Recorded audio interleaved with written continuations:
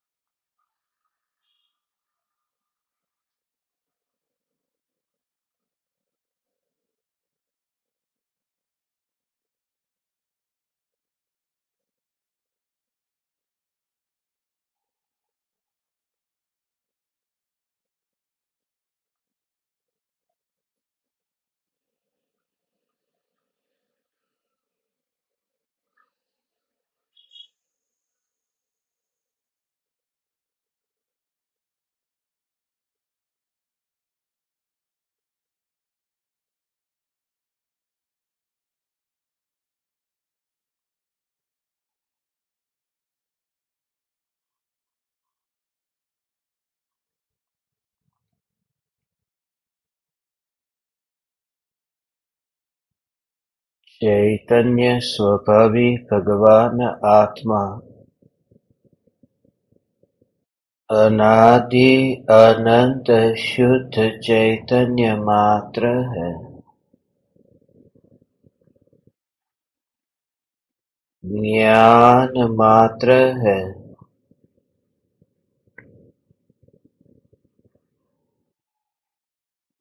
मैं शुद्ध चैतन्य मात्र,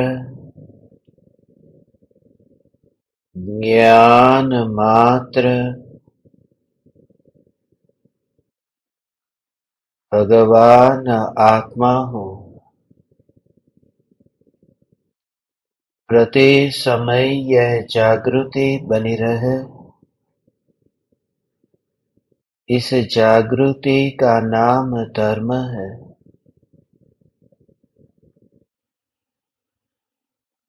देह की प्रत्येक क्रिया के काल में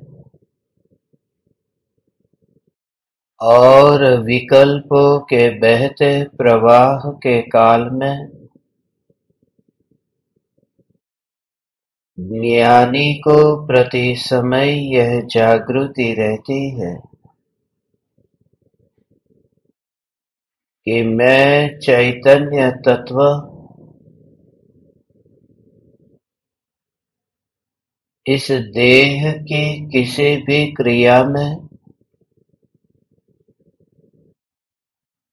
और विकल्पों के बहते प्रवाह में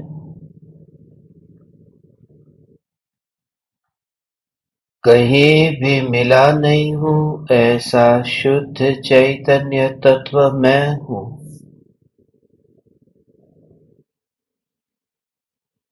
प्रति समय स्वयं की शुद्ध चैतन्य सत्ता का बोध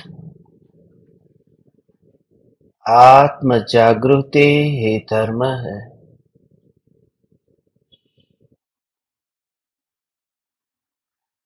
चैतन्य तत्व की स्व-संवेदन प्रत्यक्ष निर्विकल्प अनुभूति होते ही देह होने पर भी देहातीत दशा प्रकट होती है। इतना ही नहीं, विकल्प होने पर भी विकल्पातीत दशा प्रकट होती है।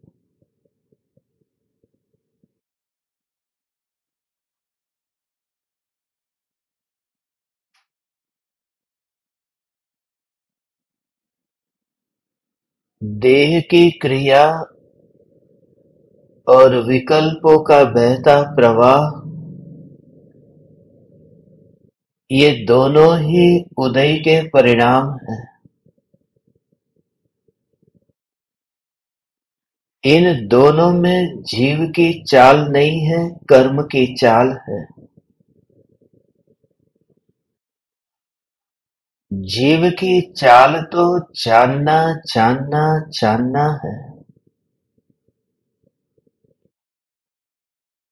इस प्रकार के तत्व विचार से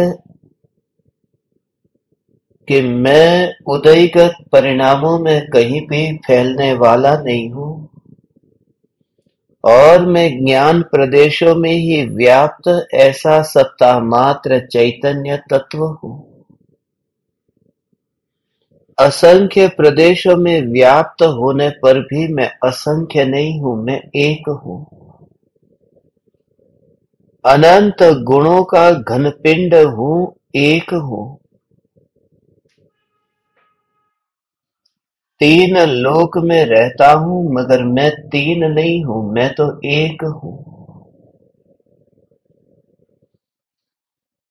इस प्रकार से जहाँ देखे वहाँ स्वयं के एक स्वरूप का ही विचार चलता है और वही विचार ध्यान बन जाता है।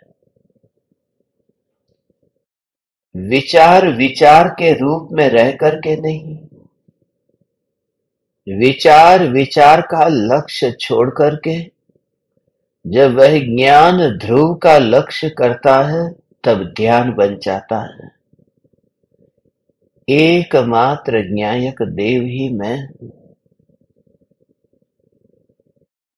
इस ज्ञायक देव की एक समय के लिए भी यथार्थ प्रतीति नहीं हुई, इसलिए क्योंकि ज्ञान में ये जो अनुभव में आना चाहिए वह अनुभव में आया नहीं। विचार चलता रहा मगर उस विचार में भी लक्ष्य का निर्णय नहीं था। लक्ष्य का निर्णय नहीं होने से साध्य की प्राप्ति न हुई।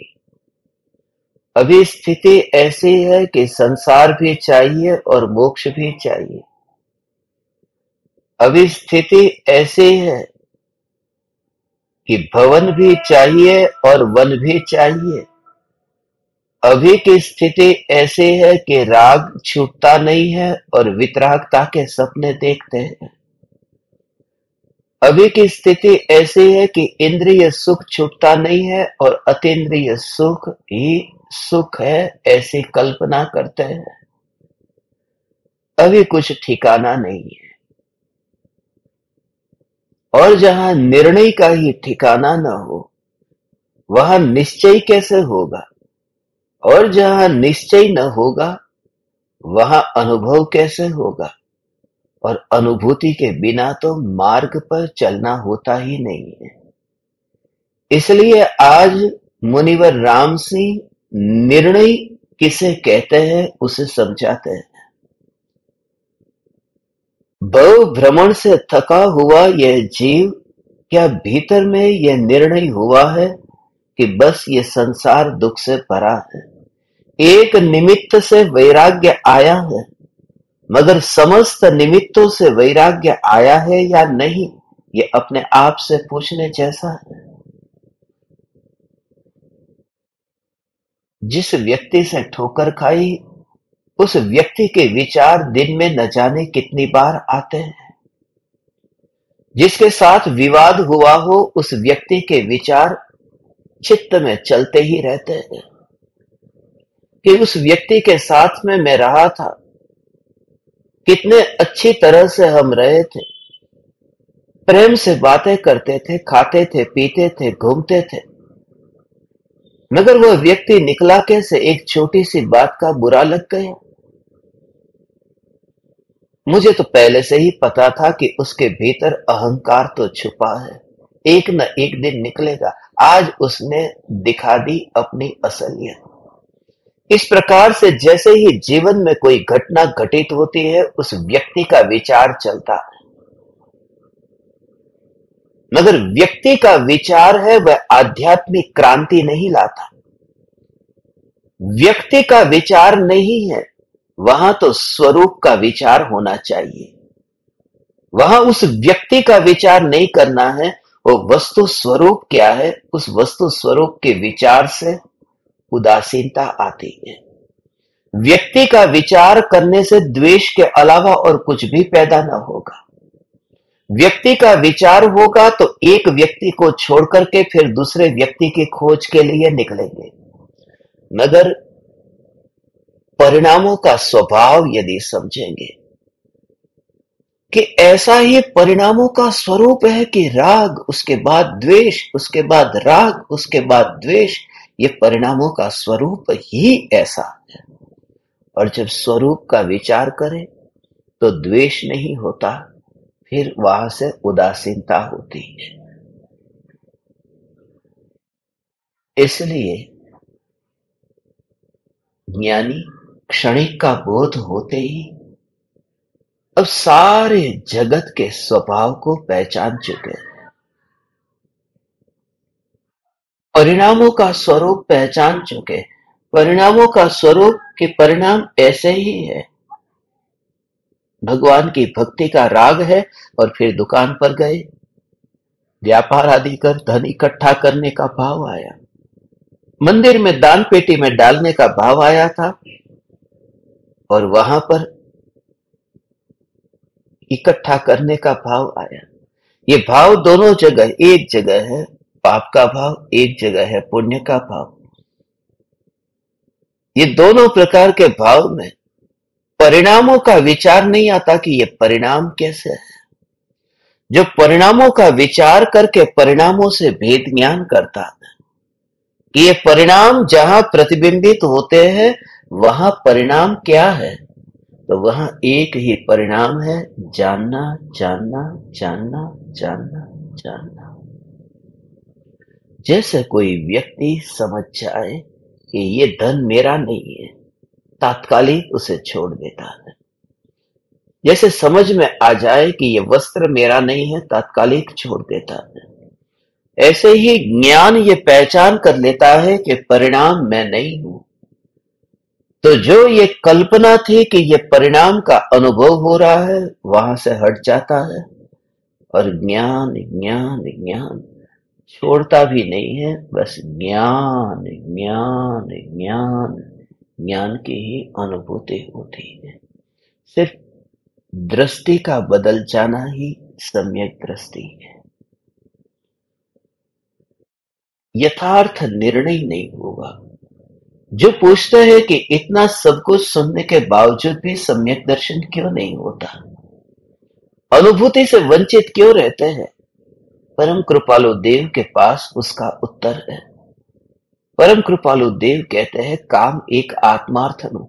अभी हमें एक आत्मार्थ से ही प्रयोजन नहीं है, हमारा प्रयोजन बहुत कुछ है। अभी सभी व्यर्थ के अप्रयोजनभूत कृत्यों की महिमा आती है। एकमात्र आत्मा और आत्मा का ही प्रयोजन, काम एक आत्मार्थ नो। और आत्मार्थ का प्रयोजन यह है कि अब वो जो कुछ भी करता है तो वहां पर चैतन्य, भोजन करता है तो चैतन्य, पानी पीता है चैतन्य, चलता है बोलता है चैतन्य, चैतन्य चैतन्य चैतन्य चैतन्य। बस उस समय अनुभूति अनुभूति अनुभूति। रास्ते पर चलते हुए पैर जल रहा है, अनुभूति हुई किसकी, उष्णता की, मगर वहां जागृति के अनुभव यहां हो रहा है। ये अनुभव जिसका स्वभाव है, ये भगवान आत्मा यहां है, ये भगवान आत्मा में हूं। अब वहां आगे जाते ही वहां पर गर्म जमीन नहीं है मगर कंकड़ है, चुभा ये अनुभूति।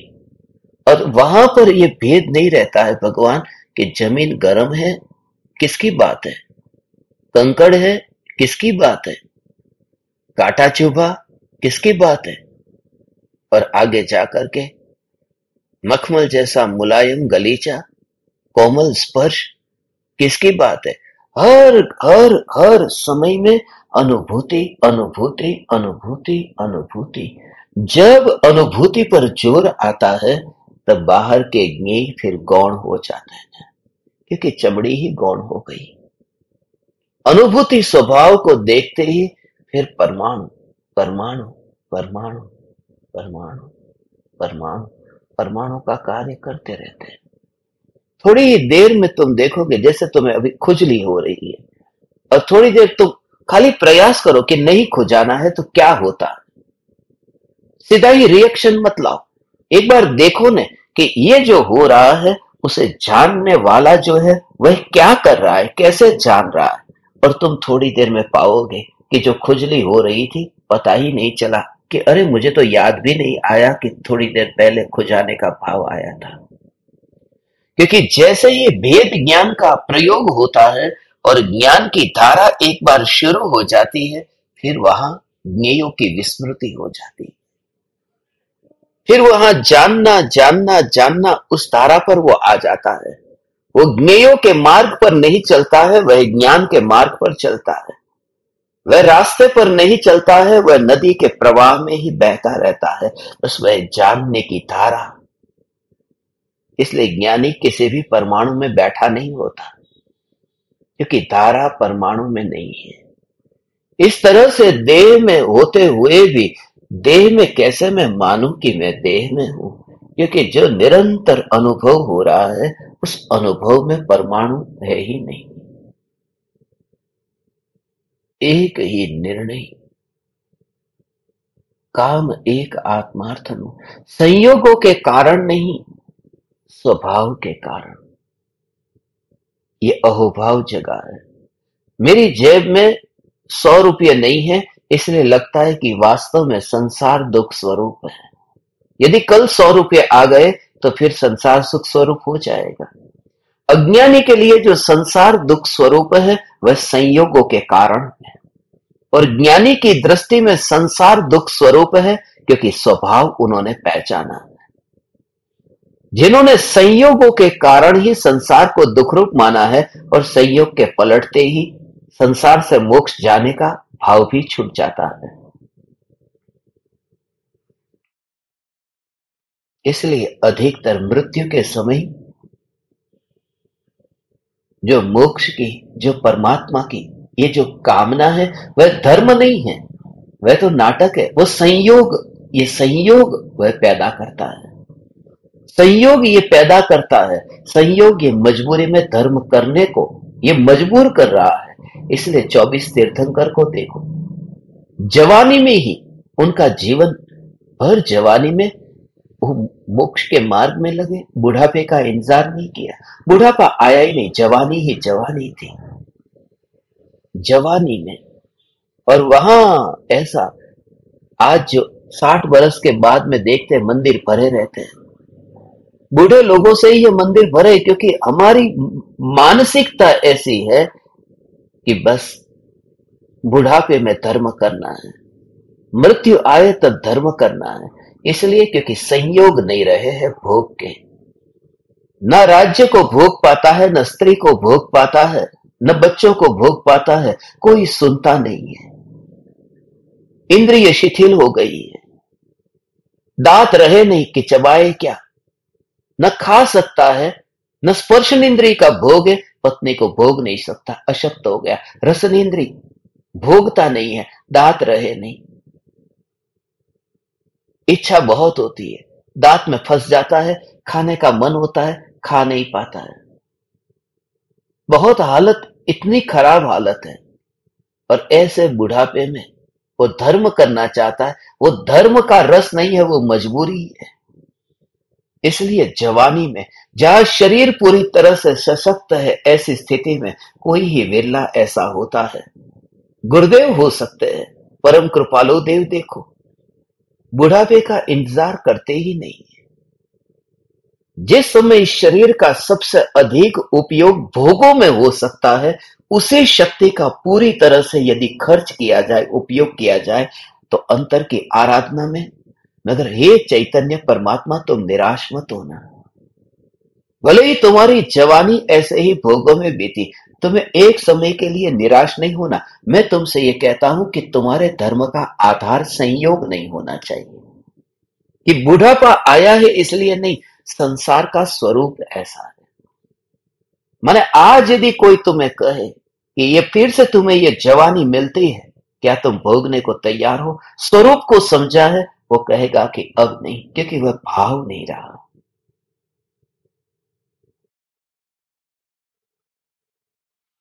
और वो सभी के लिए अलग अलग है। किसी को 100 बरस की उम्र हो जाए तो भी मोह छूटता नहीं है, खाने पीने का मोह छूटता नहीं है, बुढ़ापे में मृत्यु का भय सताता है। थोड़ी भी बीमारी आए तो फिर डॉक्टर के पास में जल्दी जल्दी डॉक्टर को बुलाओ। बुढ़ापे में 100 बरस की उम्र में भी मोह नहीं छूटता। और आचार्य कुंदकुंद देव को 11 बरस की उम्र में मोह छूटा। हर अंतर मुहूर्त में स्वरूप में डुबकी लगाने वाला 11 बरस का बच्चा, जो अभी गिल्ली डंडा लेकर के खेलने की उम्र का बच्चा। मगर मैं आपसे कहता हूं, आचार्य कुंदकुंद देव संयोगों के कारण वैरागी नहीं हुए, उन्होंने स्वभाव को पहचाना, इसलिए वैरागी हुए।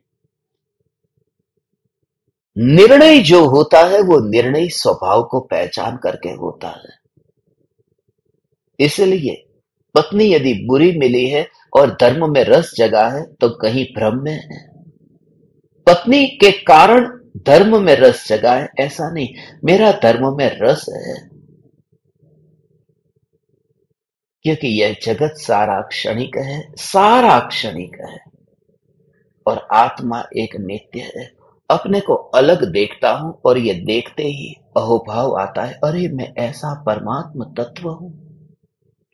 अनित्य अनित्य अनित्य अनित्य, मगर अनित्य को जानने वाला ज्ञान जब अंतर में ढल गया, अहोभाव आ गया, उसके ऊपर सर्वस्व समर्पण हो गया। समर्पण का मतलब ही यह है, उसी में ही समर्पण हो गया। और अनंत काल तक, अनंत अनंत अनंत अनंत अनंत काल तक पर में जाने का भाव नहीं आता, हिलने का भाव नहीं आता। एक जगह बैठ जाए तो बैठ जाए। तुम्हें भी ऐसा होता है ना, कभी कभी 1 घंटा 2 घंटे बीत जाए, कभी रात भी बीत जाए, पता नहीं अरे इतने घंटे बीत गए। वह जो तत्व विचार चलता है, चिंतन चल रहा है, उस समय इंद्रियों के विषय के भोगों की आसक्ति कम होने से ध्यान नहीं जाता, मगर निर्विकल्प अनुभूति के बिना वहां संतुष्ट मत होना। जो हो रहा है ये चल रहा है, ये सब चिंतन चल रहा है, विचार चल रहा है। विचार अलग है और चिंतन अलग है, विचार अलग है। निर्विकल्प अनुभूति में वह दृष्टा मात्र हो जाता है।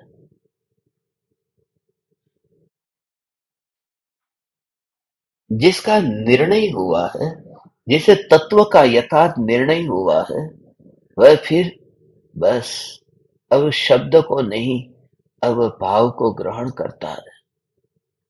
अब वह दार्शनिक नहीं रहा है, अब वह दृष्टा हो गया है। क्योंकि दार्शनिक विचार करता है, मगर दृष्टा है वह अनुभव करता है। तेरा जोर अब विचार से अनुभव पर गया।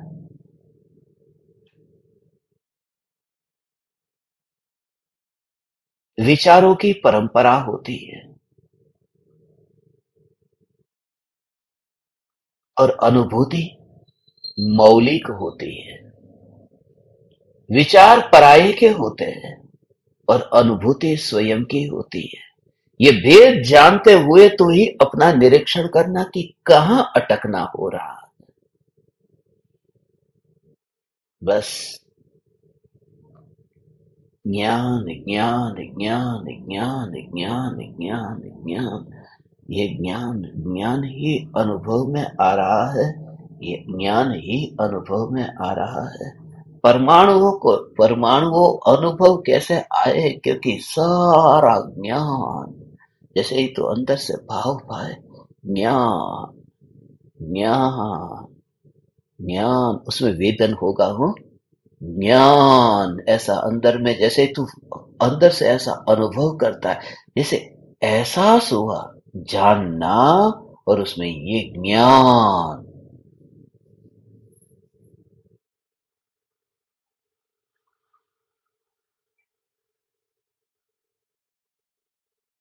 और जितनी गहराई में ये ज्ञान की अनुभूति होगी, उतना ही तेरा वो हथौड़ा ऐसा पड़ा पुरुषार्थ का कि ये अलग हो गया।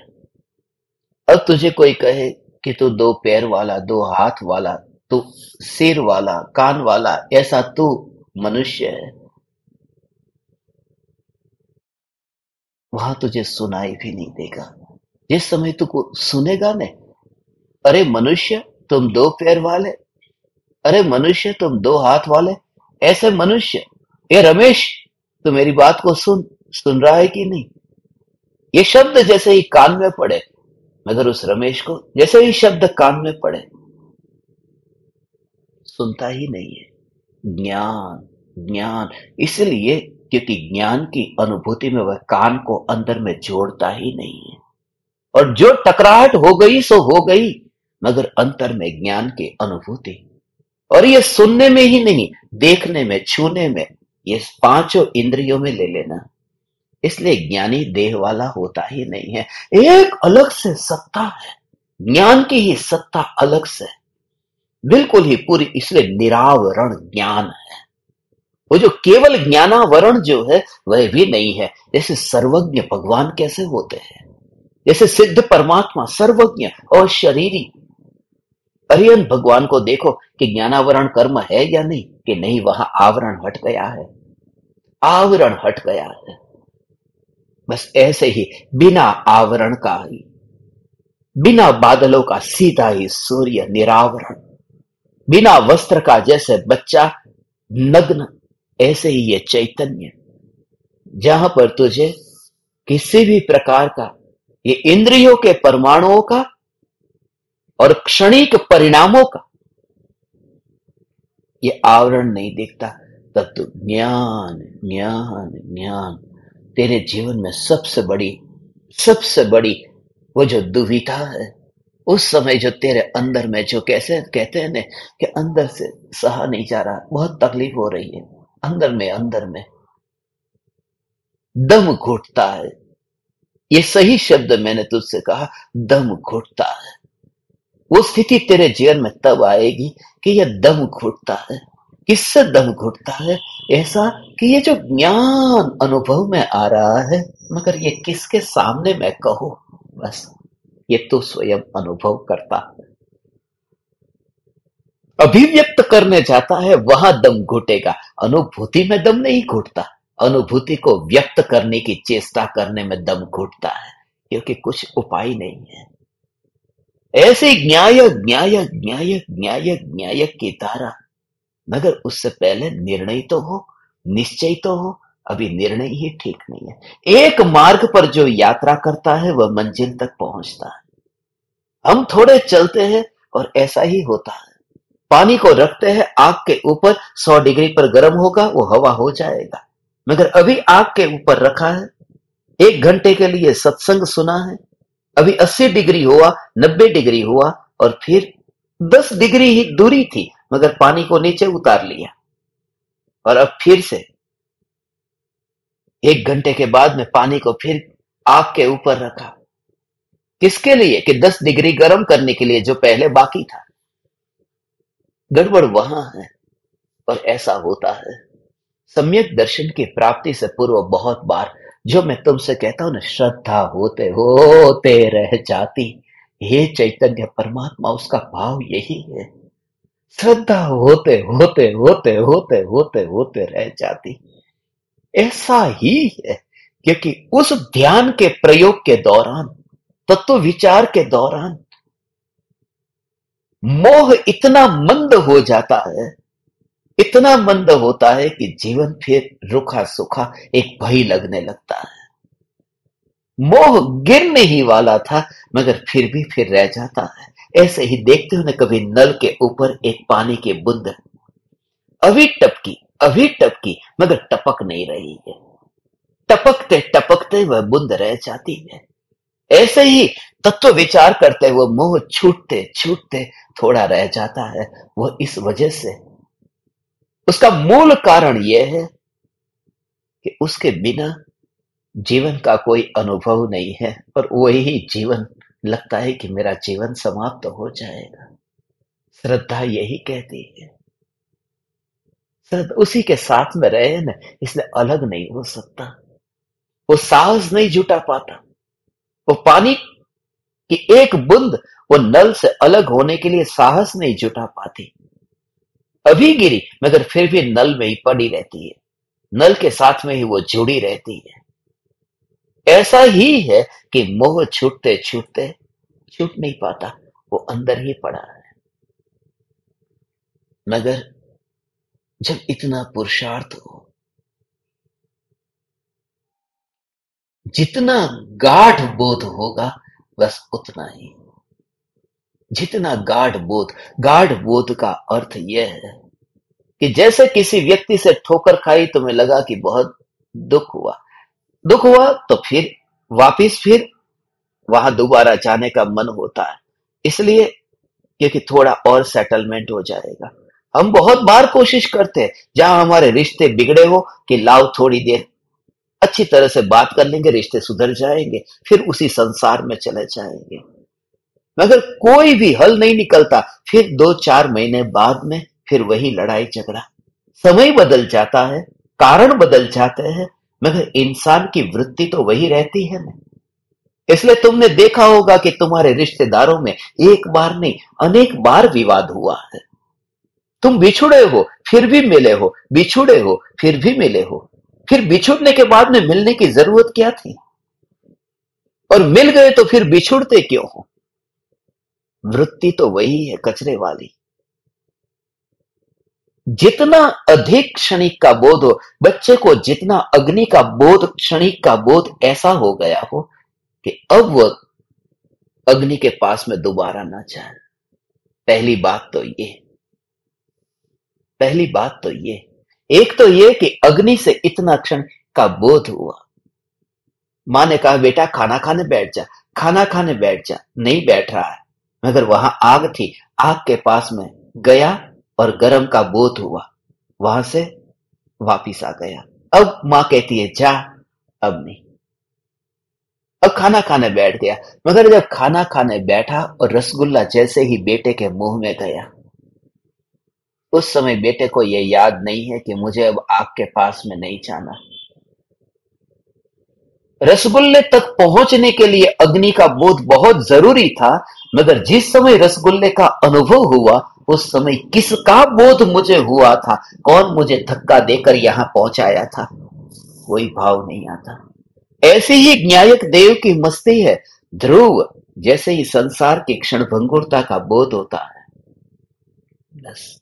और ये रोज रोज तुम तैयार हो रहे हो, ऐसा मत समझना ये घड़ा है वो आग के अंदर अभी गर्म हो ही रहा है, पक रहा है, तो चिंता मत कर, ये तैयारी हो ही रही है।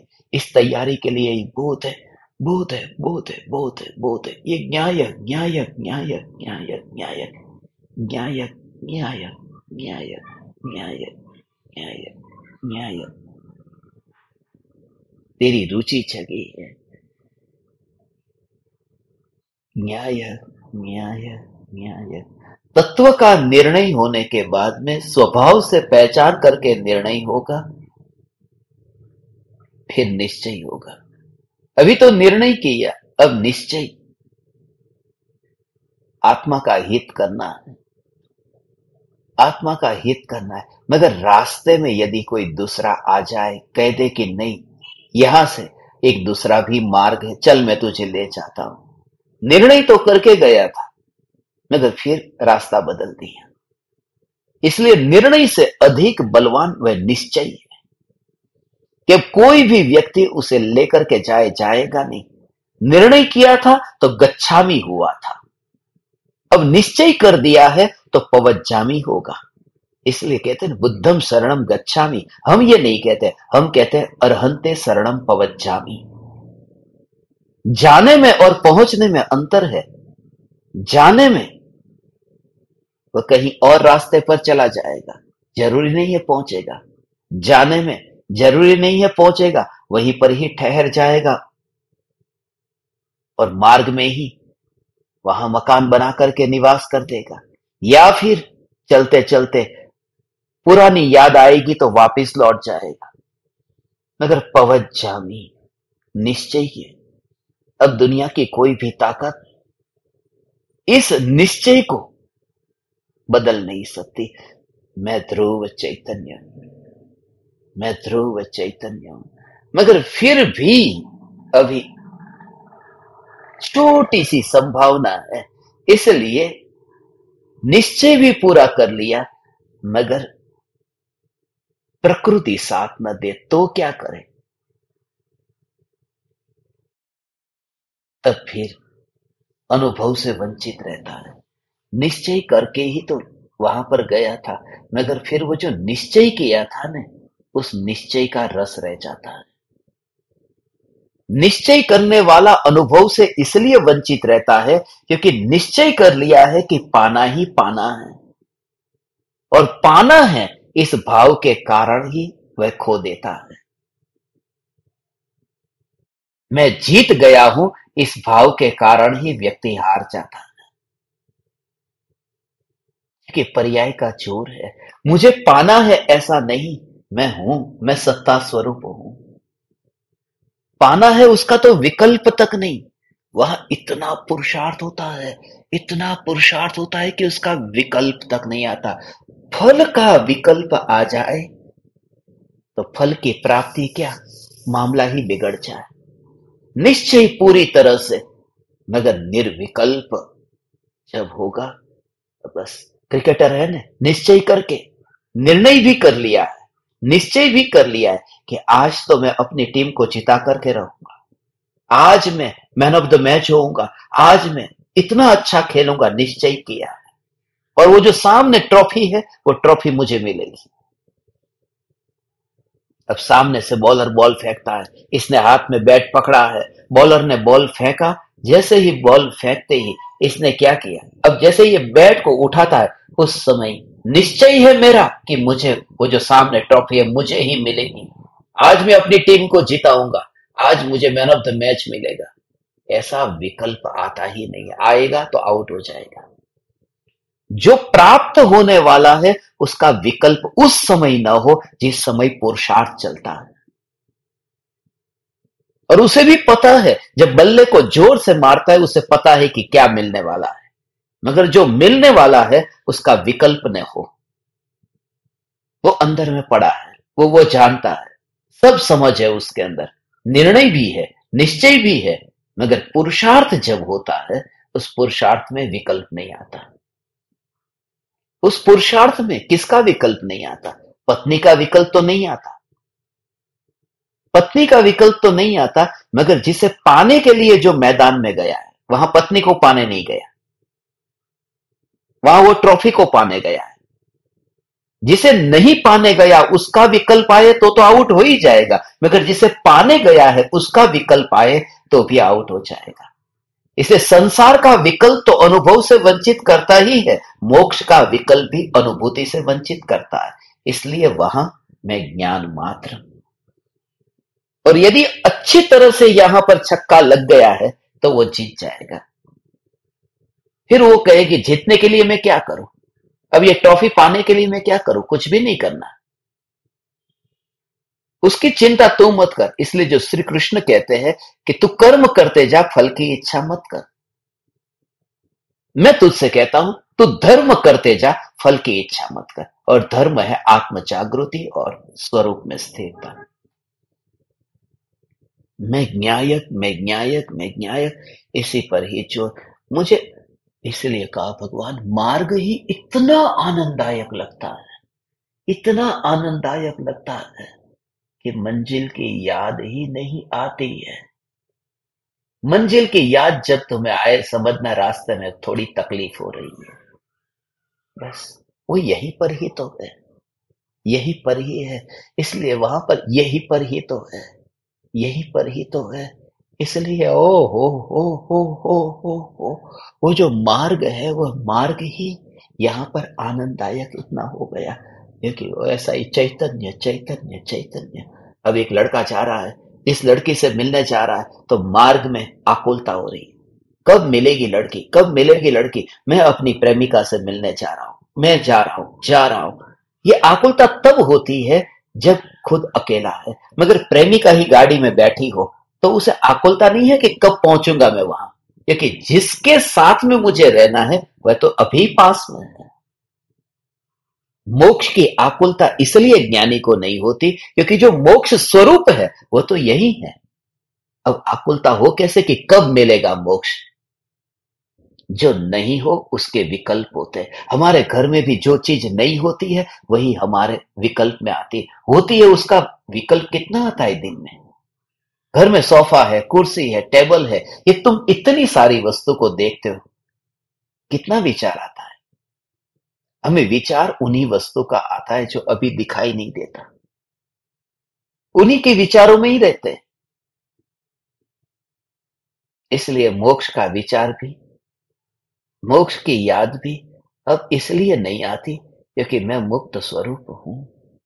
बहुत दिन से संसार को याद नहीं किया, ऐसा नहीं, बहुत दिन से मोक्ष को भी याद नहीं किया।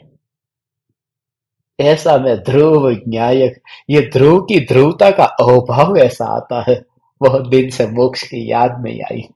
ज्ञानी को कोई कहे कि अरे ऐसे ज्ञानी जैसे मोक्ष की याद नहीं आई, इसलिए क्योंकि नजर के सामने दिखता है, उसकी याद नहीं आती। मैं अभी आपको देख रहा हूं तो मुझे आपकी याद कैसे आएगी? मगर 1 घंटे के बाद में मुझे आपकी याद आएगी क्योंकि आप मुझे नहीं दिखाई देंगे। इसलिए ज्ञानी को मोक्ष की याद नहीं आती क्योंकि आंखों के सामने दिखाई दे रहा है। ऐसा ये चैतन्य चैतन्य चैतन्य स्वरूप सत्ता स्वरूप भगवान, हे ज्ञान दीपक, हे चैतन्य परमात्मा। आज जो मुनिवर राम सी 213वां ये जो दोहा है, इस दोहे में मार्ग का स्वरूप बताते हैं। निर्णय, निश्चय और अनुभव। निर्णय कर, निश्चय कर और अनुभव कर।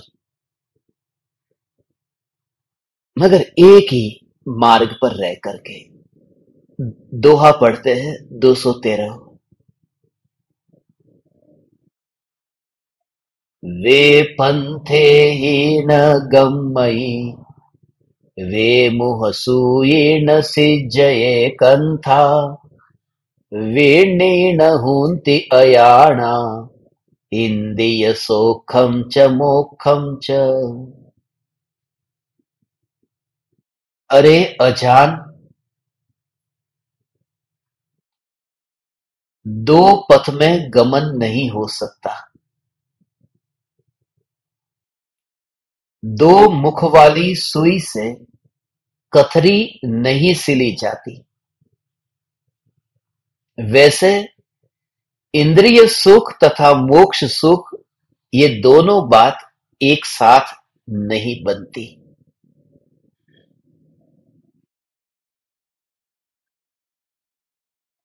जो हम ये चाहते हैं, दोनों चाहिए, संसार भी चाहिए और मोक्ष भी चाहिए। और हमें लगता है कि जब संसार चाहिए तब तो संसार चाहिए और मोक्ष चाहिए तब मोक्ष चाहिए। सत्य यह है, संसार चाहिए तब भी संसार चाहिए और मोक्ष चाहिए तब भी हमें चाहिए तो संसार ही है, क्योंकि चाहत में संसार।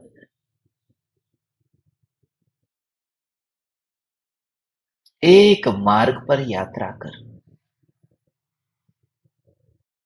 और एक मार्ग का भाव बहुत सूक्ष्म है। जो ज्ञान है वह ज्ञान एक ही मार्ग पर यात्रा करता है, बदलता नहीं है। जानना, जानना, जानना, जानना, जानना, एक मार्ग पर यात्रा कर।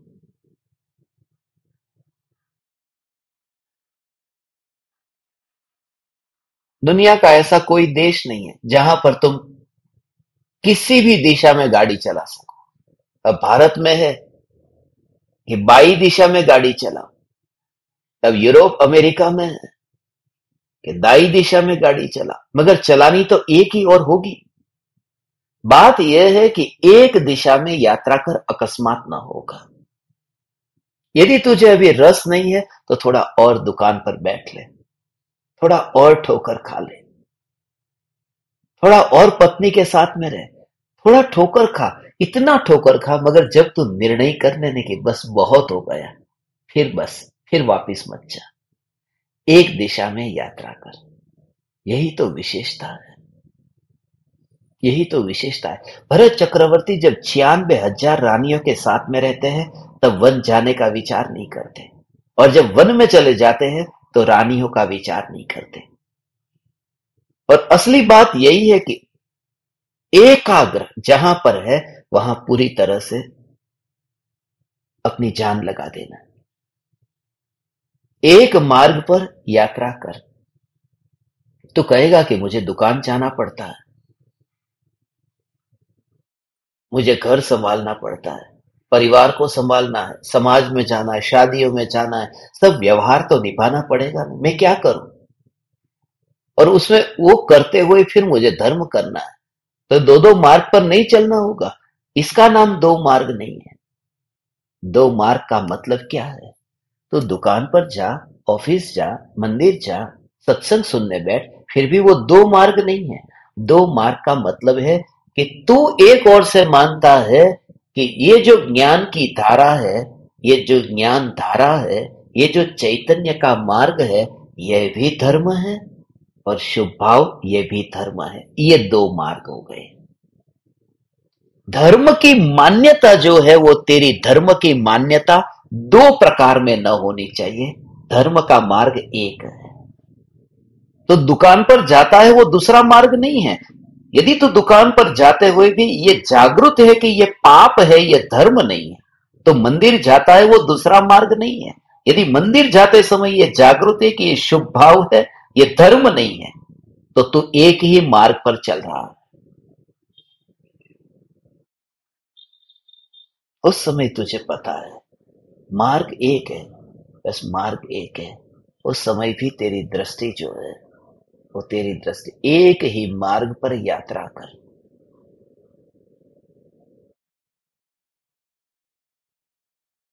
ऐसा होता है ना शहर में कि हम गाड़ी चलाते हैं, बीच में डिवाइडर है।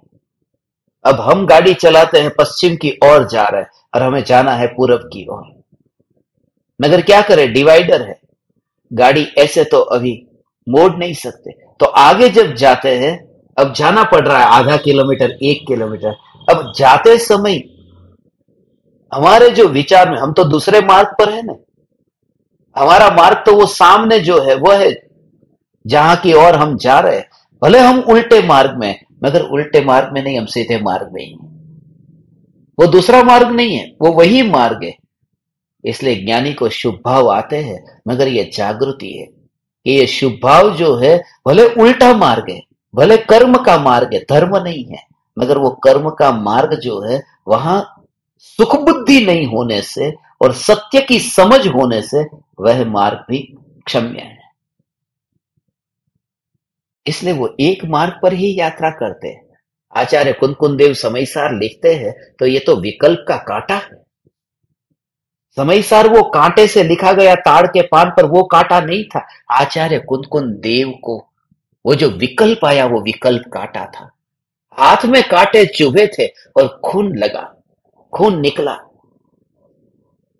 इतनी बार खून निकला है। हाथ में कांटे चुभते हैं, खून निकलता है, मगर भीतर में अंतर में जागृति है कि समयसार लिखने का विकल्प का कांटा है, वह ज्ञान को चुभता नहीं है, क्योंकि ज्ञान अस्पर्शी है और विकल्प अत्यंत दूर है। फिर ज्ञान ज्ञान ज्ञान ज्ञान ज्ञान, ये ज्ञान ज्ञान ऐसा अनुभव, तो वो मार्ग एक ही है। भले समयसार लिख रहे हैं, लिखने की क्रिया के काल में, प्रवचन की क्रिया के काल में बोध भी देते हैं, लिखते भी है, आहार लेने जाते हैं, मल मूत्र का विसर्जन करते, क्या ये मोक्ष के मार्ग में चल रहे? मलमूत्र का त्याग करे उस समय आचार्य कुंदकुंदेव मोक्ष के मार्ग में है। मार्ग एक ही है, एक ही मार्ग है जिस पर वे चल रहे हैं। क्योंकि निर्णय है, निश्चय है और अनुभव है, फिर उदय कोई भी हो, फिर वो मलमूत्र का त्याग करने वाला वह उदय है, वह मार्ग नहीं है। मार्ग तो भीतर में प्रकट हुआ, जानना जानना जानना ये धारा चल रही है। हे चैतन्य परमात्मा, एक मार्ग को चुन, एक मार्ग को। गुरु दो होंगे चल जाएगा, गुरु तीन हो तो चल जाएगा। ऐसा नहीं कि एक गुरु को खोज ले, एक गुरु को खोज ले, मगर दो गुरु है तो भी तेरा कुछ बिगड़ेगा नहीं। कहान भी हो, राज भी हो, कुछ बिगड़ेगा नहीं। मगर बिगड़ने का एक नहीं, दो नहीं, दो गुरु के योग में रहे तो भी कोई नुकसान नहीं है। दो गुरु की शरण में जाए तो भी नुकसान नहीं है। मगर मार्ग एक ही हो, कि चैतन्य एक ही मार्ग है, और एक ही गुरु के पास में जाए जो मुड़ में आए तब कह दे कि चैतन्य में धर्म है, और कभी मुड़ में आए तो कह दे कि दान दे दो उसमें धर्म है, बस तो वहां खतरा है। वो दो मार्ग वाला गुरु गुरु हो गए। तो दो गुरु नहीं, हजारों गुरु हो, मगर एक मार्ग हो जो शुद्धोपयोग रूप मार्ग, तो वो सतमार्ग है। और एक ही अज्ञानी कभी ये कभी वह अलग अलग प्रकार से यदि वो बोध देता है तो वहां खतरा है। अक्सर ऐसा होता है, अज्ञानी उसमें फंस जाता है, वो निर्णय नहीं कर पाता है कि क्या करूं मैं। एक ही त्रिकाल ध्रुव चैतन्य सत्ता ही मैं हूं। एक एक मार्ग माने एक सत्ता, और परिणाम भी नहीं, पर्याय भी नहीं। पर्याय में नहीं हूं, पर्याय में नहीं, मैं एक सत्ता मात्र हूं। इसलिए उपवास से ज्यादा अधिक महिमा एकासन की है। एक आसन, उसमें भी एक है। मुनि भी जो विश्राम करते हैं वो भी एक करवट पर, वो महिमा एक की है। एक आसन पर बैठ करके एक करवट पर लेटना, ये मुनि का कैसा स्वरूप है। दिन में एक बार आहार, एक करवट पर लेटना, ये एक एक एक एक, ये क्यों? बस क्योंकि उन्होंने एक ही, बस एक ही, वो द्रव्य की करवट पर ही विश्राम करते हैं, वो करवट बदलते नहीं है। तो बस एक द्रव्य प्राप्त हुआ, बस अब दूसरे की जरूरत नहीं है। पर्याय होने पर भी वह पर्याय इतने गौण हो गई। कोई पूछे कि पर्याय नहीं है, पर्याय है तो क्या है, चल तू ये बता दे, है तो क्या है। ऐसा लगता है बस अंदर में, ऐसा इतना दूरी लगती है तुझे, तुझे ऐसी दूरी लगे तो धर्म हुआ। भगवान ऐसी दूरी, नरक है, वैतरणी है कि है, मगर उससे मुझे क्या। तुरंत कैसा कहता है, उससे मुझे क्या, कुछ होता है उससे।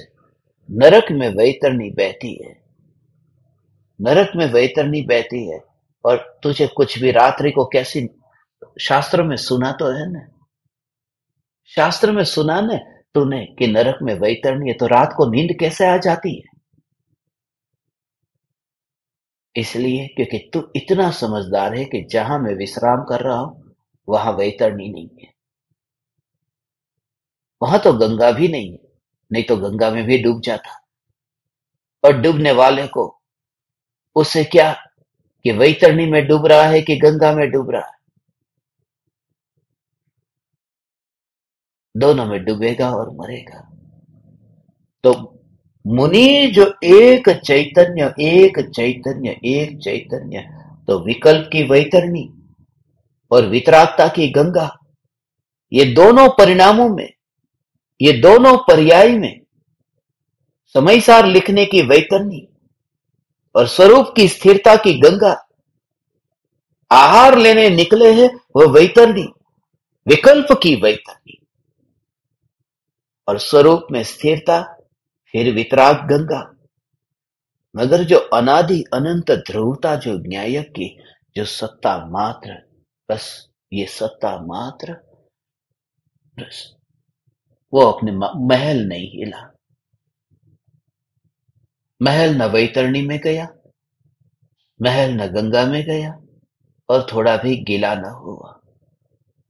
तो पर्यायी है ना? हाँ है। तुझे करना क्या है? बस ऐसे ही। पर्यायी है ना? तुझे करना क्या है?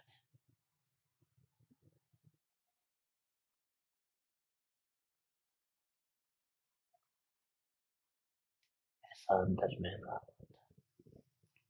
सहज रूप से ऐसा ही।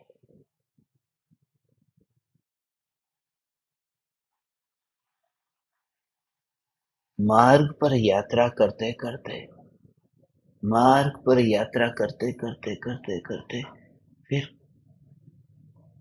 इधर उधर देखता ही नहीं है। एक ध्रुव ध्रुव ध्रुव ध्रुव ध्रुव ध्रुव ध्रुव ध्रुव।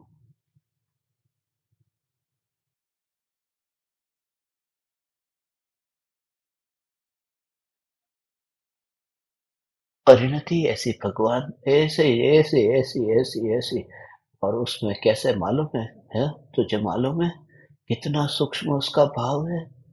जब न्यायक में डुबकी लगी, आहार लेकर के आचार्य कुंकुन देव आए और न्यायक स्वरूप में ऐसी डुबकी लगी, तो जो एक कषाय चौकड़ी का उदय अभी भगवान बाकी है न, वो उदय अभी, वह भी धीरे धीरे धीरे धीरे निर्जरा होकर के निकल रहा है। उतना आत्मा पर्याय में निर्मल हो रहा है। वितरागता में, शुद्धता में वृद्धि हो रही है। अंतर में वेदन होता है। निराकुलता, आनंद का अनुभव का वेदन होता है। मगर ऐसी स्थिति में जिस ज्ञान में ये प्रतिबिंब पड़ता है कि आनंद बढ़ा, साक्षी है ना, गवाह है, साक्षी है, आनंद बढ़ा, वह साक्षी है। जैसे जैसे जैसे जैसे वहां पर आनंद बढ़ा, वह साक्षी है। साक्षी होने पर भी जो सत्ता मात्र चैतन्य, चैतन्य, चैतन्य, ऐसी जो अंतर की स्थिरता इतनी निर्लेप रहती है, और इसी पर ही जोर, इसी पर ही जोर। ऐसा ही, ऐसा ही, ऐसा ही।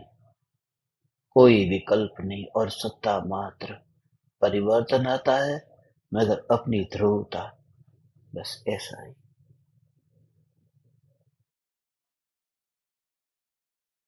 ऐसा उसका भाव इतना सूक्ष्म भाव है।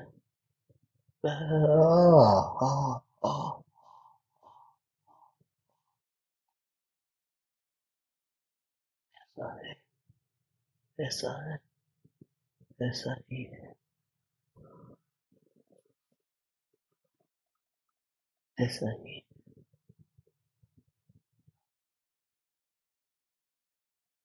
कल रात्रि में ऐसा सपना आया था। और 212 नंबर का ऐसा दोहा लिया था ने, तो 12 12 12 से वो आम की बात कही थी ना, 1 डजन आम लेकर के कोई आया है। ऐसा कल रात में ऐसा विचार आया। मगर उसमें आचार्य कुनकुन देव, अंतर में कैसा भाव आया था मालूम है भगवान? आज सुबह तुमको कहने वाला था मगर फिर वो भूल गया कि दोहे की बात दोहे में याद आनी थी। तो उस समय ऐसा कि वैसे एक बच्चा देखा, और बच्चा उस पेड़ को ऐसे ही अपनी बाहों में लेकर के ऐसे जकड़ करके खड़ा है। बच्चा ऐसा जकड़ कर खड़ा है। आम का पेड़ है। उस आम के पेड़ से आम पक करके नीचे गिरे हैं। कोई उसे उठाता है, कोई उसे संवारता है, उस बच्चे के मुंह में आम देता है, और बच्चा आम को चखता है। मगर जो चखा रहा है उसके पास जाता ही नहीं है। ओ, वो जो आम के पेड़ के उसकी जो जड़, उसका जो थड़ है, उसके जड़ है, उसको ऐसे पकड़ करके रखा है। उस पेड़ को ही उसने अपनी बाहों में पकड़ के रखा है। एक ओर से आम खाता जाता है, अगर पेड़ को छोड़ता नहीं। उस समय ये जो भाव आया था ना, ये दोहे का कनेक्शन ऐसा है कि तू ध्रुव को ऐसे पकड़ता है, वितराग परिणति का फल पकता है, उसका वेदन होता है, तो उसका आनंद भी चखता है, मगर आनंद चखते हुए भी बस तू पेड़ को नहीं छोड़ता है। ऐसे ध्रुव अंदर में ऐसा ऐसा सूक्ष्म भाव है उसका। जब तू प्रयोग करना तो ध्रुव ध्रुव ध्रुव ध्रुव। बस उस बच्चे ने कितने आम खाए कि 12 आम खा गया। उस बच्चे ने 12 आम खाया, मगर कितने पेड़ को पकड़ के रखा? पेड़ तो एक ही पकड़ के रखा। 12 आम हो सकते हैं, 12 भी हो सकते हैं, 24 भी हो सकते हैं, 2400, 24,000 और करोड़ों अरबों नहीं, अनंत हो सकते हैं, मगर पेड़ एक ही है। इसमें से ही उसी का फल, उसी का फल, उसी का फल पाया। ऐसा उसका फल पाया, वितराग परिणति। बस ऐसा आ, आ, आ, और वितराग परिणति जैसे प्रकट हुई कि बस अब काल पक गया और वह मुनि हो गया। ऐसे ही मुनि हुआ। चौथा गुणस्थान है। चौथे गुणस्थान में बस अब काल पक गया, अब मुनि हो गया, अब 7वें गुणस्थान में चला गया।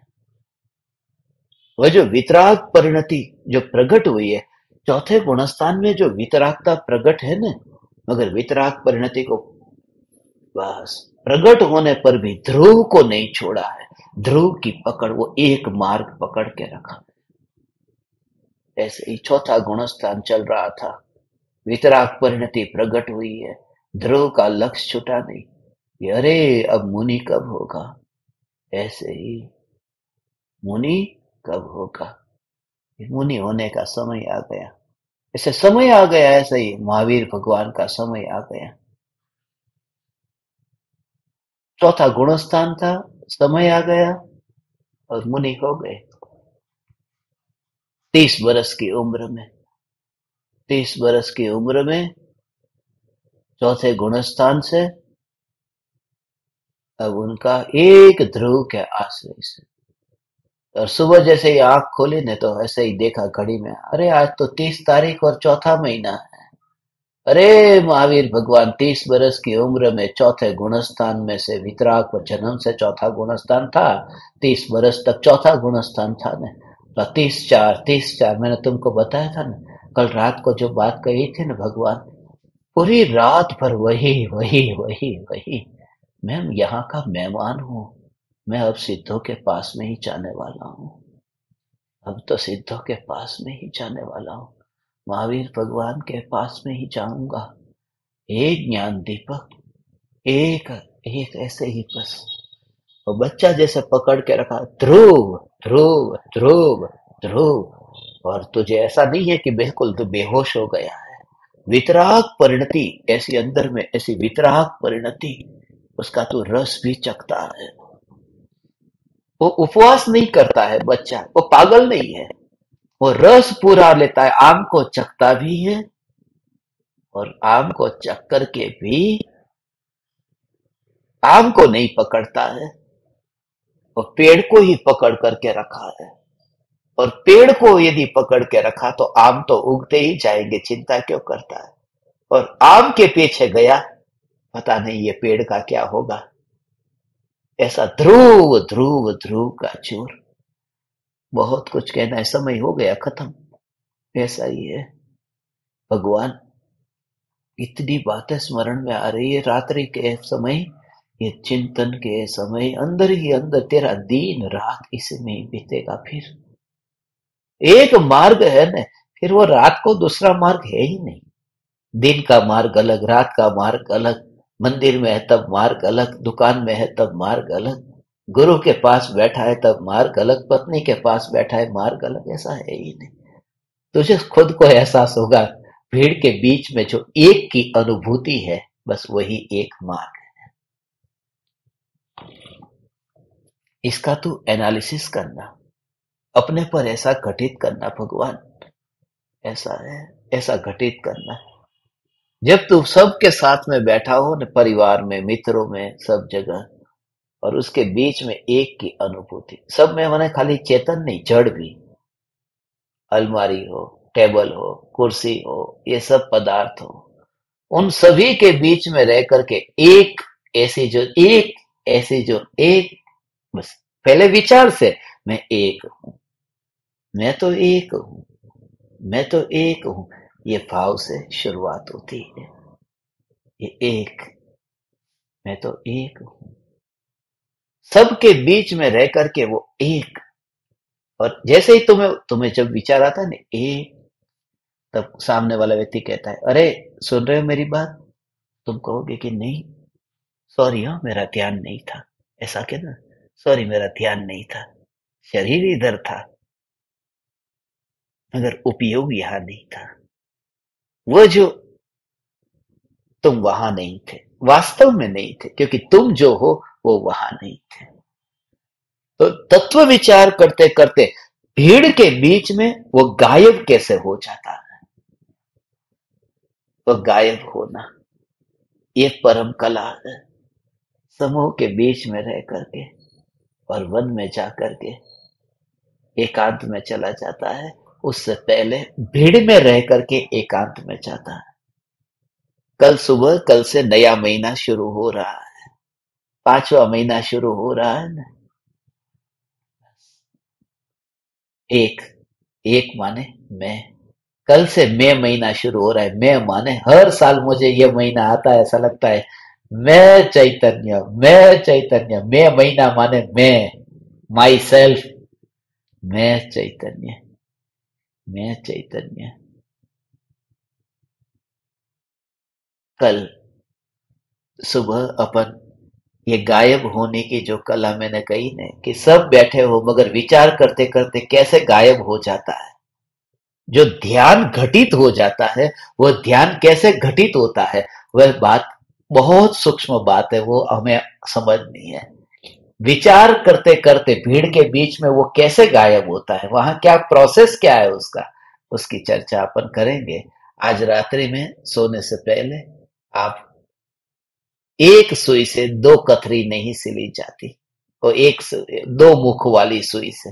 कथरी का मतलब होता है गोदड़ी। गोदड़ी हो ना, गोदड़ी बच्चा सोते है उसके लिए जो बिछाने की होती है, वो बोले वो दो मुख वाली सुई होगी तो उससे जाएगी नहीं, उससे सिली नहीं जाएगी, उसका एक ही मुख चाहिए। ऐसे ही एक मार्ग पर यात्रा करो, बस उतना बड़ा पाप लगता है। वो मैंने कहा था कि भरत चक्रवर्ती 96,000 रानी रखे तो चलेगा, मगर तू कहे कि मेरे दो पति है, तो वो नहीं चलेगा। तो कैसा लगता है दो पति, ऐसे कहते हैं मेरे तो दो नाथ है। कौन से दो नाथ है? एक त्रिकाली ध्रुव और एक महावीर भगवान। ये व्यभिचार नाम का पाप लगता है। मेरे दो नाथ नहीं हैं, एक मैं और एक महावीर भगवान, एक मैं और एक आदिनाथ भगवान, ये व्यभिचार है। ये एक ही है, ये त्रिकाली ध्रुव न्याय, बस एक ही नाथ है। जितना तुझे दू उतना कम लगता है, ऐसा आज ये भी भाव है, तुझे कितना दू और दू और दू। जैसे बाप को भाव आता है ना, अपनी बेटी की शादी कहीं करा दी हो, जिसने पसंद की हो ना अपनी बेटी को, अपनी बेटी को जिसने पसंद किया हो, तुम उस दामाद को देते हो कि नहीं दहेज में, कि भाई ले, और ले ना, खुशी खुशी तू ले। अपनी बेटी को चुना है ना। हे ज्ञान दीपक, तूने चैतन्य को चुना है, जो मेरा सबसे प्रिय चैतन्य, उसको तूने चुना है। इसलिए दहेज में जितना सत्संग दे सको उतना देने का भाव भाता हूं। तूने उसको चुन लिया है, तो भगवान ऐसा विचार आ रहा था वो आज, कि तेरे लिए कितना दहेज दू, जितना दू उतना कम है भगवान। ऐसा ध्रुव ध्रुव ध्रुव करो प्रयोग, और सुबह अपन मिलेंगे। प्रणाम। चैतन्य चैतन्य चैतन्य।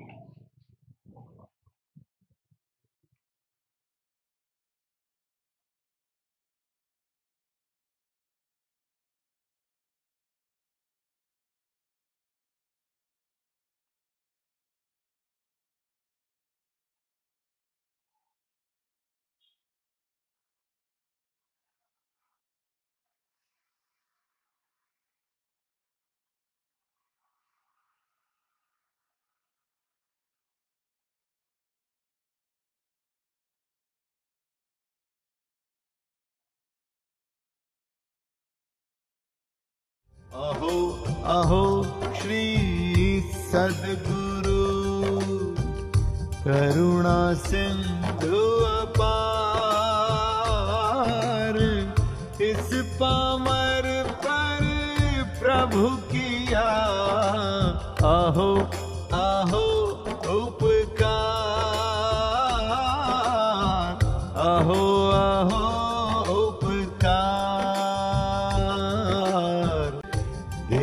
सहित जिनकी दशा वरते देहातीत,